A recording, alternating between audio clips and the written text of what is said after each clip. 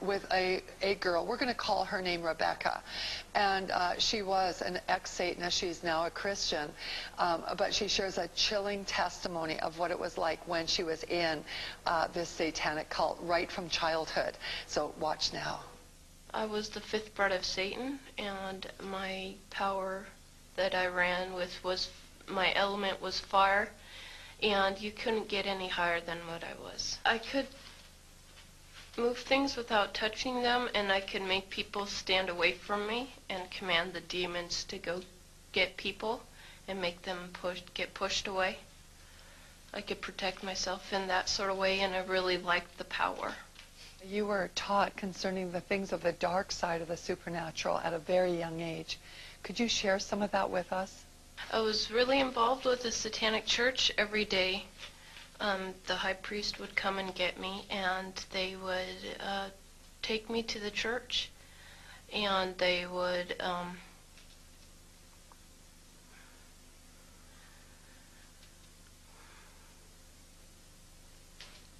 violate me, but we'd have communion every day, and that consisted of blood and urine and semen and a black widow, and that was, yeah, an everyday part of my life. How did you feel about that? I felt really scared, but at the same time I liked the power that I had, that they taught, and I had inside of me, because everybody has gifts inside of them, and you can be influenced by the Holy Spirit or the familiar spirit, and I was totally influenced by the familiar spirit. I had Satanists around me, constantly following me. You saw many very ugly things, like animals get sacrificed, even humans, and other really terrible things. Did it ever occur to you that this was evil? No, because I was so brainwashed at the time, because when I was 4 years old, I was raped and molested by a high priest, and I knew nothing else of all that stuff, and I was just brainwashed with the Satanism and knowing that Satan was God and God was not real. Satan was God for me.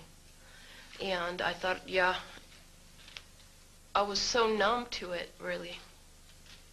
How did you view Christians back then? I hated them because they had no power. Like, I heard so many times that, you know, God was real and Jesus was so true. But I didn't see the power working throughout the church. In fact, I saw Satanists working also in the church, and Satanists tithe more than Christians do.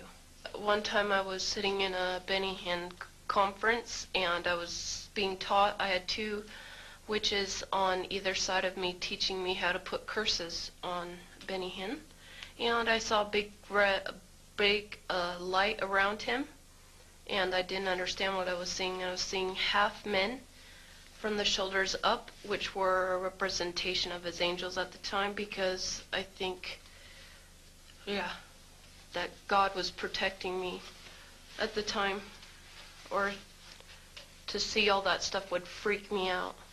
And he looked up in the right, I was in the right hand stage of the corner of the stage in the upper part, and he said, "You three witches, you two on the either side of me, you're going straight to hell. Turn to Jesus, or you're going to burn in hell, and I know what you're doing." And then he pointed to me, and he said, "You're going to get saved soon." And everybody started praying, and I felt like tingling all over my body, and I freaked out and screamed, and they had to escort me out of the stadium. It was weird. It was like I didn't understand why we were doing what we were doing, because he had a pure light around him, and like I said before, I saw colors, and he had a white light, like a bubble encased around him, and I didn't understand why we were putting curses on him, and they were like, it was so brainwashed, really. What is the primary goal or purpose of Satanism? Yeah, their purpose is to rule the world. What was your purpose? My purpose was to get all the power that I could and to get as high up as I could. You have explained to us that there was human sacrifice that went on inside of the satanic church and inside of satanic ritual. Can you tell us how this was done? How did they murder people? All the children's posters that you see that are missing, they're pretty much dead. They have underground caverns in the mountains, and they keep the children and the kids and the women and men there. And then at a certain time in mid-September or October, they take them out, and they're so... Remember when I told you I could make people get away from me? Like, they'd make the people so numb with curses and stuff, and they'd also drug them up, and they'd take a sacrificial knife and they'd start from the chest and move all the way down to your abdomen. And then that's how they sacrificed, and they'd collect the blood and they'd drink it. When the mid-September through mid-November, they sacrifice babies and nothing but babies because they need the pure blood of the untainted children. And I didn't understand what it was like. I just can't believe I'm seeing this. Every year of my life, I've experienced that. And that was the hardest part for me, is like hearing those babies literally scream and cry. And then seeing their blood flow. It was horrible.